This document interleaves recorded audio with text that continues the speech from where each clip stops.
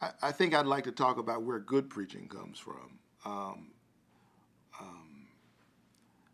I think I'm at my best when my devotional life is what it ought to be.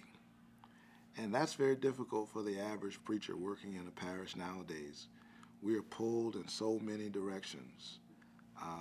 We are challenged by the tyranny of what has to be done immediately, the tyranny of the urgent. And I think it is the job of the preacher to remember his or her primary calling, and that is to preach the gospel. It is the gospel, after all, that calls everything else that we would do into being. It is the preaching of the gospel that is the prior step. And all the other things that preachers tend to have to spend their days engaging, the administration, the staffing issues, the outreach, all of those things, as central as they are to our work and our vocation, they are called into life through the preaching. The church was called into being through the preaching of the gospel, Jesus saying, "Come and follow me." And I think that because laypersons do not necessarily understand that, the onus is on us to teach and to remind them of what it is they really need us to do.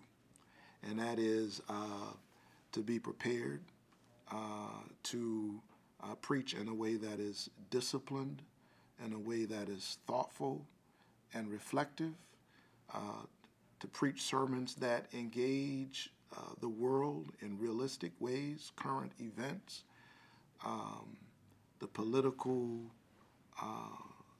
challenges in our world, both domestic and international. It takes time to be able to do that. You've got to read, and you have to stay engaged, both with books and with the world.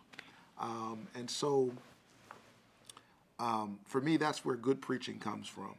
And a lot of bad preaching happens because we haven't slowed down long enough to hear the preaching of corn stalks, to hear the preaching of blades of grass, to hear what God is saying to us in the natural world around us, and from the voices of the suffering, those who are most marginalized in our world. I think to the degree that we hear them, our gospel will be authentic, because after all, Jesus said he came to preach good news to the poor.